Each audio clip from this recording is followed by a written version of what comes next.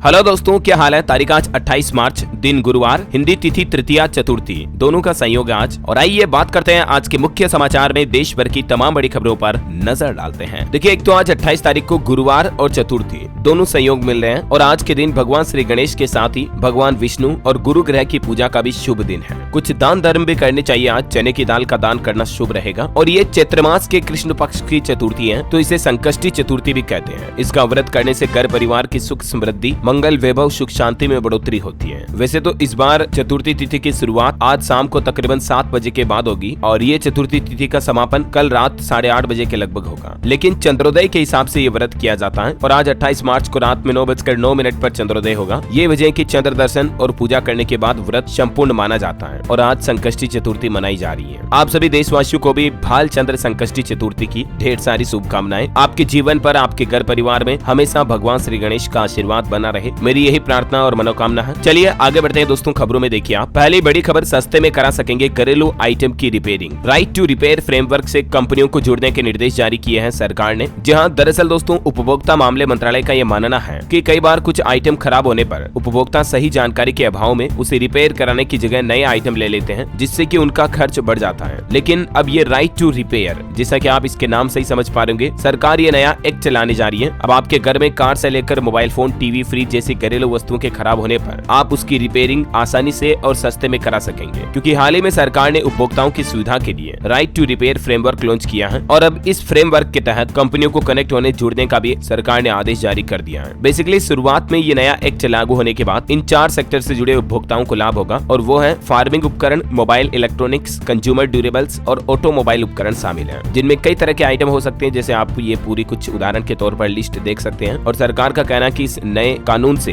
ग्राहक ठगी का शिकार होने से बचेंगे और ई वेस्ट भी कम होगा इससे। जैसे राइट्स टू इन्फॉर्मेशन है, वैसे राइट टू रिपेयर एक्ट आपको अधिकार देगा कि आपका कोई प्रोडक्ट, कोई उपकरण खराब हो जाता है तो आपकी कंपनी उसको ठीक करके देगी, है ना। चलिए अगला अपडेट देखिए। भारतीय स्टेट बैंक एसबीआई के करोड़ों ग्राहकों को बड़ा झटका लगा है। 1 अप्रैल से 75 रुपए महंगी हो जाएगी ये सर्विस। दरअसल एसबीआई अपने ग्राहकों के लिए ऐलान किया है कि कुछ चुनिंदा तरह के एटीएम डेबिट कार्ड पर अब आपको पहले से 75 रुपए तक ज्यादा एनुअल मेंटेनेंस चार्ज देना होगा। यानी सिंपल बोलो दोस्तों तो एसबीआई के एटीएम का मेंटेनेंस चार्ज सालाना बढ़ चुका है। कितना बड़ा, ये टेबल में आप देख सकते हैं। Classic, silver, global, contact lens debit card के लिए पहले 125 लगते थे, लेकिन अब 200 रुपए चुकाने होंगे। और इसी तरह से ये कुछ और डेबिट कार्ड के चार्जेस में भी 75 रुपए तक की बढ़ोतरी की गई है। चलिए अगली बड़ी शानदार रिपोर्ट आ रही है। अगले 5 सालों में विकास दर में होगी बढ़ोतरी, कई सुधारों को लागू करने की तैयारी में है सरकार। 16वें वित्त आयोग के अध्यक्ष अरविंद पनगड़िया का यह कहना है। हालांकि भारत के लिए एक और अच्छी खबर आई। कल तो मैंने आपको बताया था ना, S&P ग्लोबल एजेंसी ने भारत की अर्थव्यवस्था का अनुमान बढ़ाया था, लेकिन अब S&P के बाद मॉर्गन स्टैनली ने भी भारत की जीडीपी का अनुमान बढ़ा दिया है और मुद्रास्फीति के भी काबू में रहने की बात कही है। तो इस तरह से अगले वित्त वर्ष 2024-25 के लिए विकास दर के अनुमान को 6.5% से बढ़ाकर मॉर्गन स्टैनली ने भी 6.8% कर दिया है। और अभी सरकार मार्केट में कुछ वित्तीय प्रौद्योगिकी कंपनियों की भी जांच कर रही है। प्रतिस्पर्धा आयोग के द्वारा सही संतुलन बनाने पर जोर दिया जा रहा है। चलिए अगली बड़ी खबर देखिए। 3000 करोड़ की संपत्तियां गरीबों को लौटाएगी सरकार। पीएम मोदी बोले कि नई सरकार बनते ही आम लोगों को ये फायदा होने लगेगा। जी हाँ, दरअसल प्रधानमंत्री नरेंद्र मोदी ने ये बात कही है ईडी के द्वारा जब्त किए गए पैसे को लेकर कि ये गरीबों को मिलेगा। राजमाता अमृता रॉय से पीएम मोदी फोन पर बोले, उन्होंने फोन पर बातचीत भी की और हाल ही में जो पश्चिम बंगाल से ईडी ने 3000 करोड़ रुपए जब्त किए थे उसको गरीबों को लौटाने की बात कही है। एक महुआ मोइत्रा के खिलाफ भाजपा कैंडिडेट से प्रधानमंत्री ने बातचीत की है। पश्चिम बंगाल के कृष्णनगर लोकसभा सीट पर यह फोन पर बातचीत हुई, जिसमें पीएम ने कहा कि बंगाल के गरीबों से लूटा गया 3000 करोड़ रुपया वापस उन्हीं गरीब लोगों को लौटाया जाएगा। चलिए अगली खबर देखिए। गृह मंत्री अमित शाह बोले जम्मू कश्मीर में अफस्पा रद्द करने पर विचार करेंगे। अमित शाह ने कहा कि जम्मू कश्मीर से हम अफस्पा कानून हटाने पर विचार करेंगे, क्योंकि वहां मौजूद जवानों को भी वापस बुलाया जा सकता है। सितंबर से पहले जम्मू कश्मीर में विधानसभा चुनाव होंगे। बेसिकली ये अफस्पा क्या होता है, इसका मतलब क्या देख सकते हैं आप। सशस्त्र बलों के उन जवानों को ये कुछ एक्स्ट्रा अधिकार देता है। अफस्पा के तहत किसी जिले या क्षेत्र को अशांत घोषित किया जाता है, जैसे कि जम्मू कश्मीर को अभी किया हुआ है, तो वहां से इससे जल्द ही हटाया जाएगा। चलिए अगला अपडेट देखिए। दिल्ली के मुख्यमंत्री अरविंद केजरीवाल की तबीयत बिगड़ी, उनका शुगर लेवल 46 पॉइंट तक गिरा। और इसी बीच अरविंद केजरीवाल की पत्नी सुनीता ने एक बड़ा चौंकाने वाला खुलासा किया। उन्होंने कहा कि अरविंद आज कोर्ट में बताएंगे पैसा कहां गया शराब नीति घोटाले का। उन्होंने कहा कि उन्हें डायबिटीज की प्रॉब्लम है, उनका शुगर लेवल ठीक नहीं है। शराब घोटाला केस में ईडी अभी खाली हाथ है। अरविंद केजरीवाल की पत्नी का कहना है कि ईडी ने जांच सही नहीं की और ईडी के पास अभी पर्याप्त सबूत नहीं है। इतना ही नहीं, केजरीवाल की पत्नी ने दावे के साथ ये बात कही है कि आज अदालत में उत्पाद शुल्क नीति के मामले का सच उजागर करेंगे। देखते हैं आज अरविंद केजरीवाल क्या बड़ा खुलासा करते हैं। ये तो मैं आपको बता ही दूंगा, लेकिन इससे पहले आपको पता होगा कल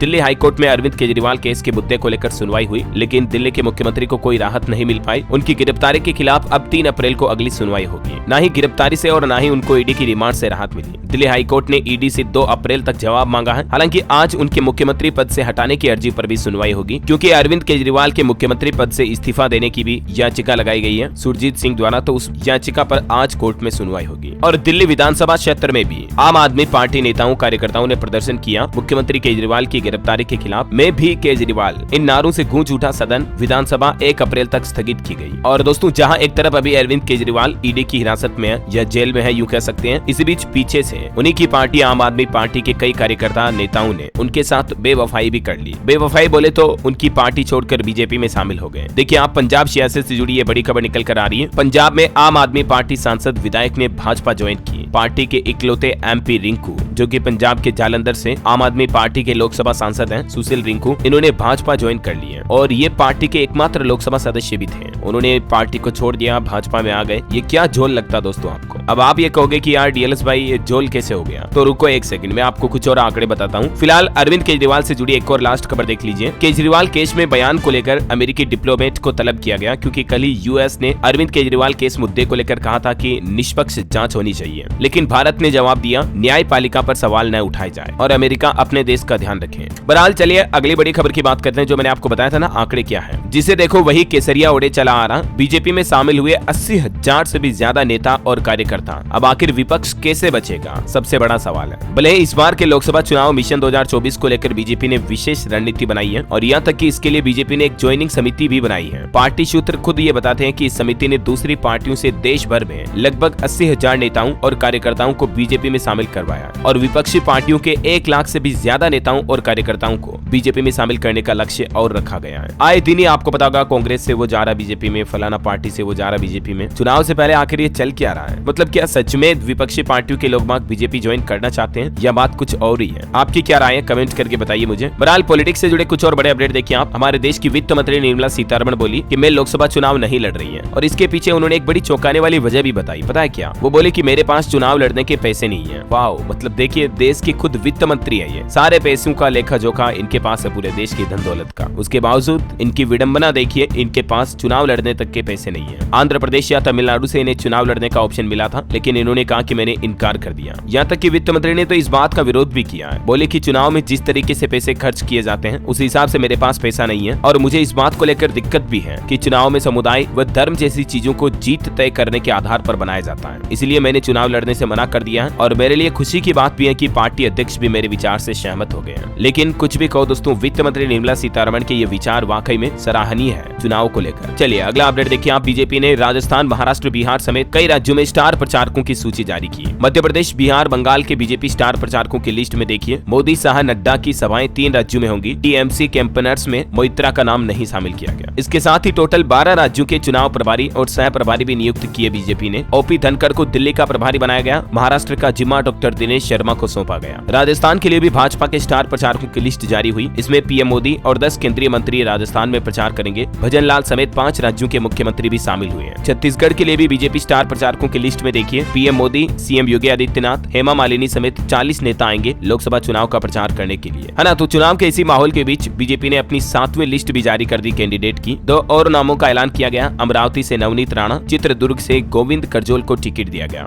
अब तक भाजपा के टोटल 407 प्रत्याशी हो चुके हैं। इधर कांग्रेस ने भी 8वीं लिस्ट में 4 राज्यों के 14 नाम घोषित किए। मध्य प्रदेश गुना में ज्योतिरादित्य के सामने राव यादवेंद्र को उतारा गया। विदिशा में शिवराज के सामने प्रताप भानु को टिकट दिया गया, है ना। और अगली बड़ी खबर देखिए दोस्तों, केरल के मुख्यमंत्री की बेटी वीणा के खिलाफ मनी लॉन्ड्रिंग का केस दर्ज हुआ। लोकसभा चुनाव से पहले मुख्यमंत्री विजयन की मुश्किलें काफी बढ़ने लगी हैं, क्योंकि इधर तो चुनाव आ रहे हैं और इधर बेटी के खिलाफ मनी लॉन्ड्रिंग का मामला दर्ज हो गया। आरोप है कि वीणा विजयन की आईटी कंपनी को खनिज कंपनी ने 1 करोड़ 72 लाख रुपए दिए थे। देखते हैं ईडी का फंदा केरल सीएम की बेटी पर भी पड़ चुका है, अब आगे क्या फैसला आता है। बहरहाल देखिए एक रिपोर्ट ये भी आ रही है कि महाराष्ट्र के कई जिलों में चुनावी मुद्दा बनेगा प्याज निर्यात पर लगाया गया प्रतिबंध भी, क्योंकि सरकार के इस फैसले से कई प्याज उत्पादकों आयातकों और निर्यातकों को बड़ा झटका लगा। हाल ही में आपको पता होगा ओनियन एक्सपोर्ट पर सरकार ने बैन लगाया था ना। और महाराष्ट्र की पॉलिटिक्स में भी देखिए बड़ी खबर, शरद पवार कांग्रेस और उद्धव ठाकरे से नाराज हुए, बोले गठबंधन धर्म नहीं निभाया। उद्धव ने 17 और प्रकाश अंबेडकर ने 8 सीटों पर प्रत्याशी भी उतारे। ओके, तो ये कुछ पॉलिटिक्स के अपडेट थे लेटेस्ट, मैंने आपको सारे एक साथ बता दिए। और चलिए आगे बढ़ते हैं खबरों में। देखिए कुछ महत्वपूर्ण न्यूज अपडेट। सरकार इस साल 2024-25 की पहली 6 माही में बाजार से तकरीबन 7.5 लाख करोड़ रुपए का कर्ज लेगी। वित्त मंत्रालय ने एक विज्ञप्ति में कहा कि सरकार ने बाजार की फीडबैक के आधार पर ग्लोबल मार्केट प्रैक्टिसेज के अनुरूप 15 वर्षीय अवधि की एक नई डेटेड सिक्योरिटी शुरू करने का भी निर्णय लिया है। और साथ ही केंद्र सरकार फाइनेंशियल ईयर 25 की अप्रैल सितंबर तक की अवधि में गवर्नमेंट सिक्योरिटी जारी करके 7.5 लाख करोड़ रुपए का कर्ज लेगी। और एक बड़ी चिंताजनक रिपोर्ट सामने आ रही दोस्तों, भारत में रोजगार की स्थिति काफी गंभीर है। बेरोजगारों में लगभग 83% युवा शामिल हैं। अंतर्राष्ट्रीय श्रम संगठन द्वारा जारी ये रिपोर्ट के आंकड़े आपको हैरान कर देंगे। ये आंकड़े बताते हैं कि हमारे देश के कुल बेरोजगार युवाओं में पढ़े लिखे बेरोजगारों की संख्या साल 2000 के बाद लगभग दुगुनी हो चुकी है। तब पढ़े लिखे युवा बेरोजगार कुल युवा बेरोजगारों के मुकाबले 35% थे, जो साल 2022 में बढ़कर 65% तक पहुंच गए। मतलब आजकल हमारे देश में पढ़े लिखे युवा बेरोजगार ज्यादा है और लगभग 83% युवा बेरोजगार ही है।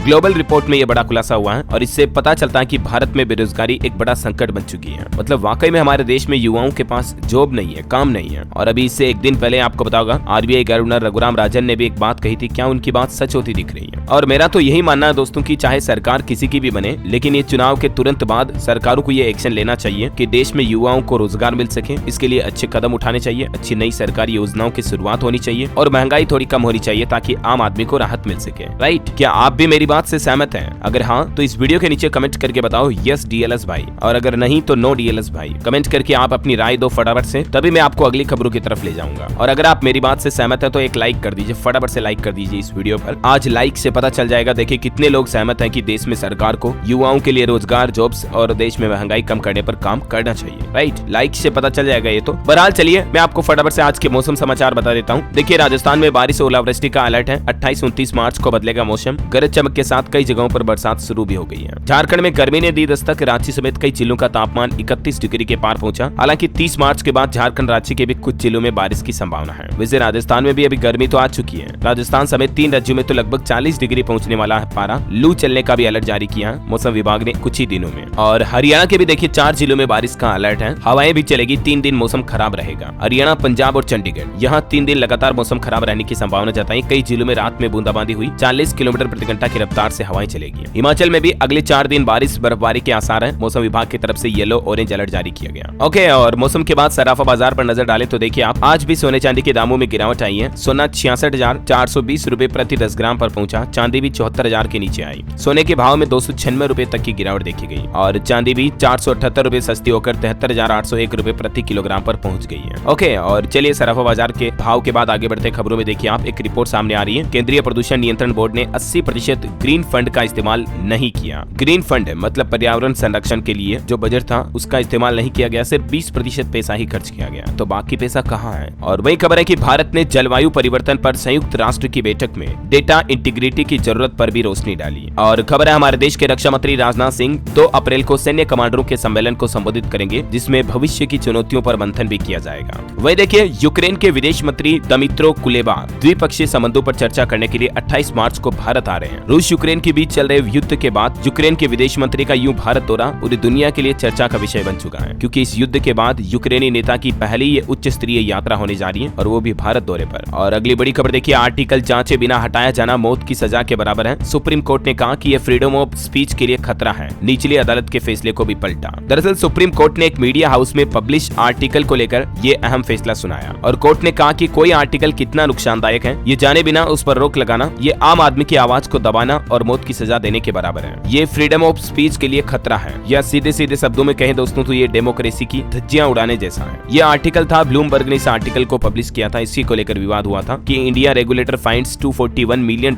Accounting issue at Zee. तो इस आर्टिकल को हटवाया गया। इसी पर ये देश के सर्वोच्च न्यायालय सुप्रीम कोर्ट ने बड़ा फैसला सुनाया। चलिए अगला अपडेट देखिए, हमारे देश की भारतीय सेना इंडियन आर्मी के चीफ बोले कि हमारी तैयारी का स्तर ऊंचा है। उन्होंने कहा कि पूर्वी लद्दाख की स्थिति पर सेना की कड़ी नजर है, मुद्दों का समाधान बातचीत से निकालें। निकाले। लद्दाख में जो आपको पता होगा सोनम वांगचुक कई दिनों से आंदोलन अनशन कर रहे थे। हालांकि कल उन्होंने 20 दिन बाद अपना अनशन तोड़ा था। ये लद्दाख को पूर्ण राज्य का दर्जा दिलाने के लिए 6 मार्च से भूख हड़ताल पर बैठे थे। हालांकि अभी भी इनका कहना कि आंदोलन खत्म नहीं हुआ, लद्दाख पर लड़ाई जारी रहेगी। चलिए अगला अपडेट देखिए दोस्तों, आज से ही आपको स्टॉक मार्केट में एक नई सुविधा मिलेगी। जिस दिन आप शेयर बेचेंगे पैसा भी आपको उसी दिन मिलेगा। ये सिस्टम आज से शुरू होने जा रहा। BSE NSE इसकी शुरुआत 25 शेयर से करेंगे। और वो कौन कौन से स्टॉक्स हैं जिनमें आज T+0 सेटलमेंट शुरू होने जा रहा, उन स्टॉक्स की लिस्ट भी आप देख सकते हैं। दरअसल अभी हमारे देश में शेयर मार्केट में T+1 सेटलमेंट सिस्टम लागू है, जिसमें शेयर बेचने पर एक दिन बाद भुगतान होता है, राइट। लेकिन ये नया सिस्टम अब से भी ट्रायल के तौर पर शुरू करने जा रही है। जिस दिन आप स्टॉक बेचोगे उसी दिन आपको सेम डे आपके डीमेट में पैसा मिल जाएगा,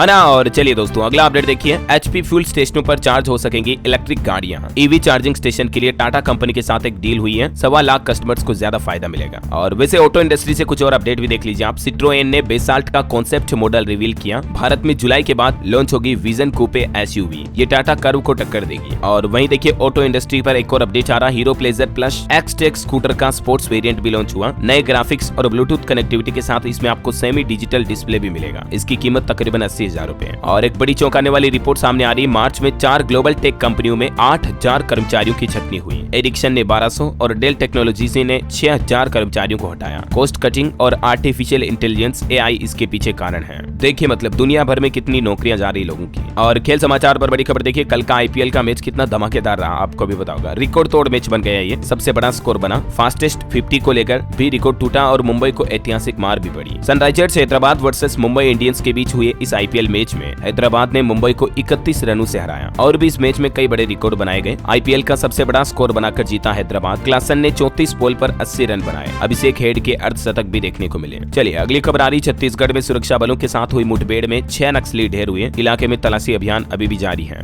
वैष्णो देवी जाने वाले भक्तों के लिए भी एक अच्छी खबर है। मध्य प्रदेश, उज्जैन और बिहार के लिए रेलवे स्पेशल ट्रेनें शुरू करने जा रहा। देखिए भारतीय रेलवे आज से 6 स्पेशल ट्रेनें चलाएगा। सहरसा, वाराणसी, माता वैष्णो देवी, कटरा और नई दिल्ली के बीच दौड़ेगी ये गाड़ियां। इनका शेड्यूल भी जारी हुआ, कुछ डिटेल्स आप देख सकते हैं। चलिए दोस्तों अगली बड़ी खबर देखिए, पत्नी को सेकंड हैंड कहना पति को पड़ा महंगा और अब पति को 3 करोड़ रुपए का हर्जाना देना पड़ेगा। हनीमून के समय कुछ ऐसा हुआ था। मामला पहुंचा मुंबई हाईकोर्ट, जिसमें पत्नी ने ये आरोप लगाया कि उस महिला की पहले सगाई दूसरी जगह हुई थी और वो टूट गई थी। तो इसी बात को लेकर उसकी पत्नी पर तंज कसते हुए पति ने उसके चरित्र पर लांछन भी लगाया और उसे सेकंड हैंड बताया। तो मुंबई हाईकोर्ट ने आरोपी को 3 करोड़ रुपए पीड़िता को हर्जाना देने के निर्देश दिए। मतलब पति पत्नी भी इस बात का ध्यान रखे, है ना, किसी की दूसरी शादी हुई है तो। और वैसे पति पत्नी को लेकर राजस्थान हाईकोर्ट ने भी एक बड़ा फैसला सुनाया। देखिए आप कि अगर किसी की पत्नी दूसरे मर्द के साथ संबंध बनाती है तो ये भी अपराध नहीं है। आखिर राजस्थान हाईकोर्ट ने ऐसा क्यों कहा कि दूसरे मर्द के साथ पत्नी का संबंध होना, यार ये क्या बात हुई, आप भी यही कहोगे। लेकिन देखिए राजस्थान हाईकोर्ट ने क्या कहा, क्योंकि उस महिला के जिस बाहर वाले दूसरे पुरुष के साथ संबंध है, दोनों में से किसी ने पति या पत्नी के जीवन काल में दूसरी शादी नहीं की है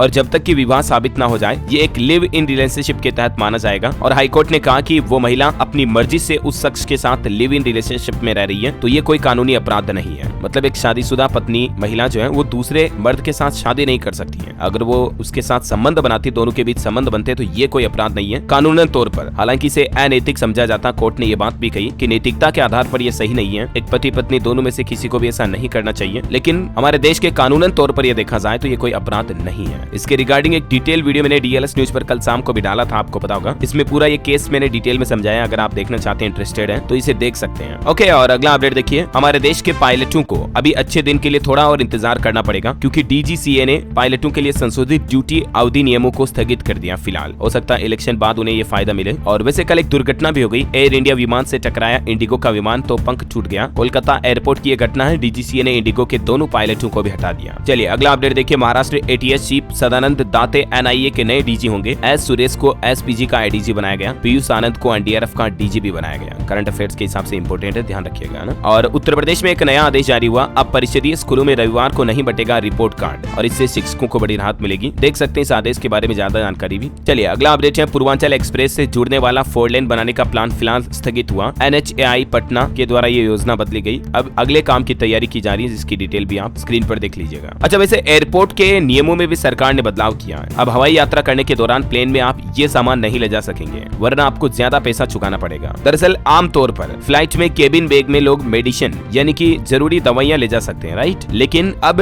दुबई जा रही फ्लाइट में आप दवाइयां लेकर नहीं जा पाएंगे। आप दुबई जा रही फ्लाइट्स के अंदर दवाइयां लेकर नहीं जा पाएंगे। इसके लिए कुछ नियम और शर्तें तय की गई है। और भी बैग में इस तरह की की कुछ नस्ली दवाइयां वगैरह भी नहीं ले जा सकते हैं। चलिए टेक्नोलॉजी से अपडेट है। इसी सप्ताह उपलब्ध होगा ग्रोक AI। ये ट्विटर का एक आर्टिफिशियल इंटेलिजेंस टूल है, जैसे चैट GPT और गूगल जेमिनी है ना, वैसा ही एक जेनरेटिव AI टूल है। हालांकि फिलहाल ये एक्स के सिर्फ प्रीमियम मेंबर्स को ही अवेलेबल होगा। चलिए अगला अपडेट देखिए। केरल सहकारी बैंक घोटाले के मामले में होगी कठोर कार्रवाई। पीएम मोदी ने भाजपा प्रत्याशी को यह आश्वासन भी दिया। उत्तराखंड चुनाव आयोग की तरफ से एक शानदार पहल शुरू की गई है। इंस्टाग्राम पर चुनाव जागरूकता की रील बनाओ और इनाम पाओ। दरअसल मुख्य निर्वाचन अधिकारी ने युवाओं को चुनाव से जोड़ने के लिए इंस्टाग्राम पर सोशल मीडिया पर एक अभियान कैंपेन शुरू किया है, जिसके तहत आपको 500 से 1000 रुपए तक के पुरस्कार दिए जाएंगे। आपको इलेक्शन के बारे में जागरूक करने वाली इंस्टाग्राम रील्स बनानी है। ये हैशटैग लगाते हुए है CEO उत्तराखंड वगैरह ये है ना। और अगली बड़ी महत्वपूर्ण खबर देखिए दोस्तों, जल्द ही बदल जाएगा न्यूनतम मजदूरी का हिसाब किताब। अब रोटी कपड़ा के खर्च से ऐसे तय होगा मेहनत आना। दरअसल एक रिपोर्ट आ रही कि सरकार एक नया फॉर्मूला ला सकती है, जिससे बिल्कुल नए तरीके से लोगों के खर्चे और उनकी मजदूरी तनख्वाह का हिसाब किताब तय किया जाएगा। देश का गरीब आदमी जो अभी मेहनत मजदूरी करके किसी तरह अपना पेट भर लेता है, उसका शोषण ना हो, इसलिए आपको पता होगा देश में अभी न्यूनतम मजदूरी की व्यवस्था है, लेकिन इस पूरी व्यवस्था को सरकार बदलने जा रही है। और इसके बारे में ज्यादा इन्फॉर्मेशन आप देख सकते हैं स्क्रीन पर। नई व्यवस्था ज्यादा फायदेमंद होगी, सरकार का ये कहना है। उसमें क्या क्या बदलाव किए जाएंगे जिसकी डिटेल्स भी आप चेक कर सकते हैं। चलिए अगली खबर देखिए। धीरेन्द्र कृष्ण शास्त्री बोले मथुरा में कि मथुरा की हालत देखकर बहुत तकलीफ हुई। यहाँ ठाकुर जी बैठेंगे, बाबर के खानदानों की ठटरी बंधेगी। बागेश्वर धाम के पीठाधीश्वर धीरेन्द्र कृष्ण शास्त्री बुधवार को कल वृंदावन पहुंचे और इस दौरान उन्होंने ये बयानबाजी की। मुख्यमंत्री योगी आदित्यनाथ ने भी गाजियाबाद में कहा कि मेरी डिक्शनरी में नए शब्द नहीं है, जिसको काम नहीं करना वो छुट्टी ले और जीवन भर के लिए मैं छुट्टी सेंशन करूंगा। और खबर है हरियाणा में भी अब आप घर बैठे बनवा सकेंगे voter ID card. Online apply करना होगा। लास्ट चांस के लिए डेट फिक्स की गई। इलेक्शन कमीशन ऑफ इंडिया की तरफ से 6 नए मोबाइल ऐप भी शुरू किए गए हैं, या आप इस पोर्टल के जरिए भी वोटर ID कार्ड के लिए अप्लाई कर सकते हैं। ओके, और अगला अपडेट देखिए दोस्तों। दिल्ली रैली में हर हल्के से जाएंगे 1000 लोग। पंजाब आम आदमी पार्टी नेता भी होंगे शामिल। केजरीवाल की गिरफ्तारी में जो विरोध करने के लिए 31 मार्च को दिल्ली के रामलीला मैदान में पूरा विपक्ष इकट्ठा होने जा रहा ना, तो इसी को लेकर ये पंजाब के मुख्यमंत्री भगवंत मान ने प्लान बताया है। चलिए एजुकेशन पर कुछ खबरें देखिए आप। क्वेश्चन पेपर का पैकेट खो जाने पर पोस्टपोन हुआ बोर्ड एग्जाम। साल में दूसरी बार CISCE बोर्ड ने एग्जाम की डेट्स में भी बदलाव किया और अब ये एग्जाम 4 अप्रैल को दोपहर 2 बजे की शिफ्ट में आयोजित किया जाएगा। हरियाणा बोर्ड की रद्द हुई परीक्षाएं भी अब 4 से 6 अप्रैल तक होगी। दोबारा इनका शेड्यूल जारी हुआ। ठीक है, आप ऑफिशियल पोर्टल पर चेक कर लें। और वैसे हरियाणा के मॉडल स्कूलों में एडमिशन भी शुरू होने जा रहे हैं। 1 से 20 अप्रैल तक आप कर पाएंगे आवेदन। 22 तारीख को ड्रॉ होगा। केवल अंग्रेजी माध्यम में ही मिलेगा प्रवेश। हरियाणा के सभी राजकीय मॉडल संस्कृति वरिष्ठ माध्यमिक विद्यालयों व प्राथमिक विद्यालयों के लिए एडमिशन को लेकर ये दिशा निर्देश जारी किए गए हैं। और खबर देखिए, छत्तीसगढ़ में कृषि मंत्री के घर पर भोजन कराया गया, जिसमें 200 लोग बीमार हो गए। होली मिलन कार्यक्रम रखा गया था और इसी के तहत ये जीवना था, जिसमें कई लोगों की तबीयत खराब हो गई। अच्छा, कल अमेरिका में एक दुर्घटना हुई थी, आपको पता होगा। पावर फेल होने से अमेरिकी ब्रिज से टकराया था एक जहाज, लेकिन अमेरिका के राष्ट्रपति जो बाइडेन ने भारतीय क्रू की तारीफ की और कहा कि उनकी वजह से कई लोगों की जानें बची इस हादसे में। और खबर है मुंबई में देखिए, हुक्का बार में छापे के बाद बिग बॉस विजेता फारूकी समेत 14 लोगों को हिरासत में लिया गया। ये एक स्टैंड अप कॉमेडियन है, आपको पता होगा। अच्छा, साइंस से जुड़ी कुछ चौंकाने वाली रिसर्च देखिए दोस्तों। मानव मस्तिष्क का आकार धीरे धीरे बढ़ रहा है। जामा न्यूरोलॉजी की रिपोर्ट में यह दावा किया गया कि इस आकार बढ़ने से डिमेंशिया का खतरा कम हो सकता है इंसानों को। जामा न्यूरोलॉजी में छपी एक रिसर्च रिपोर्ट में ये बात सामने आई है। और वही देखिए, वैज्ञानिकों के एक नए अध्ययन से इस बात का भी पता चला है कि पशु इंसानों को जितने वायरस देते हैं ना, उनसे दुगुने से भी ज्यादा वायरस हम इंसान पशुओं को देते हैं। मतलब सिर्फ पशुओं पर ब्लेम लगाया जाता है। आपको पता होगा कि ये फलाना बीमारी फैल रही है, कोरोना वायरस चमगादड़ों से फैला, सूअरों से बीमारी फैल रही है, लेकिन सिर्फ ऐसा ही नहीं है, बल्कि इंसानों से भी जानवरों में वायरस पहुंचते हैं। और मेडिकल साइंस का एक और चमत्कार देखिए दोस्तों, इसे चमत्कार कहना ही सही होगा। इंसानी शरीर में सूअर की किडनी ट्रांसप्लांट की गई। जी हाँ, मेडिकल साइंस के इतिहास में पहली बार ऐसी घटना हुई जिसने लोगों के मन में कई सवाल खड़े कर दिए। इंसानी जिस्म में सूअर की किडनी का ट्रांसप्लांट किया गया। मतलब देखिए विज्ञान कहां तक पहुंच चुका है, लेकिन ये नैतिकता के कुछ सवाल भी खड़े करता है। आपकी क्या राय इस पर कमेंट करके बता सकते हैं आप। चलिए कुछ और रैपिड न्यूज बता देता हूं आपको फटाफट से। देखिए आप, IIT मद्रास के एलुमनाई बने माइक्रोसॉफ्ट विंडोज और सरफेस के चीफ। और खबर अंतर्राष्ट्रीय न्यूज से देखिए, 27 लाख पाकिस्तानियों का पर्सनल डेटा चोरी हुआ। नेशनल आइडेंटिटी कार्ड सेंटर की जांच में खुलासा हुआ और इस डेटा को दुबई के जरिए अर्जेंटीना रोमानिया में बेचा गया। और खबर है इजराइल हमास जंग के बीच देखिए, गाजा में समुद्र में गिरे फूड के पैकेट तो 12 लोग डूब गए। 3 बंडलों के पैराशूट में खराबी भी आई। और इंटरपोल का भी एक चौंकाने वाला खुलासा देखिए दोस्तों, बैंकों से हर साल होता है 2-3 लाख करोड़ डॉलर का अवैध कारोबार। ये ग्लोबल आंकड़ा है, मतलब वैश्विक आंकड़ा है, इसे भारत का मत समझ लीजिएगा। मतलब दुनिया भर के बैंकों से हर साल इतना लाखों करोड़ डॉलर का, ये इंडियन रुपीस में नहीं है बल्कि डॉलर में है, इतना अवैध कारोबार लेन देन होता है। इंटरपोल जो कि एक इंटरनेशनल ऑर्गेनाइजेशन है क्रिमिनल पुलिस की, उसके द्वारा ये चौंकाने वाला खुलासा किया गया है। ओके, और अंत में कुछ एस्ट्रोलॉजिकल अपडेट आपको बता देता हूँ। देखिए आप, एक तो 8 अप्रैल को अगले महीने सूर्य ग्रहण होगा। हालांकि ये दुनिया के 57 देशों में दिखाई देगा, भारत में नहीं दिखेगा। और 3 देशों में तो ये पूर्ण सूर्य ग्रहण होगा। और राशिफल की बात करें तो मेष राशि में बुध के प्रवेश के चलते 9 अप्रैल तक वृश्चिक और मीन राशि समेत 5 राशियों को तरक्की मिलेगी। इस महीने फायदा मिलने के भी योग बनेंगे। आज का राशिफल कहता है तुला राशि के नौकरी पेशा लोगों को प्रमोशन मिलेगा। कुंभ राशि वालों को भी सितारों का साथ मिल सकता है। मिथुन राशि के लोग नाराजगी दूर करके रिश्तों को सुधारें और कन्या राशि के लोगों को भी नए अवसर मिल सकते हैं। ओके, और इसी के साथ ही दोस्तों अगर आपको वीडियो अच्छा लगा तो इसे लाइक करना, शेयर भी करना, कमेंट करके यस डीएलएस भाई जरूर लिख दीजिएगा और डीएलएस न्यूज चैनल को सब्सक्राइब करके बेल आइकन जरूर दबा दीजिएगा। जय हिंद, जय भारत, वंदे मातरम।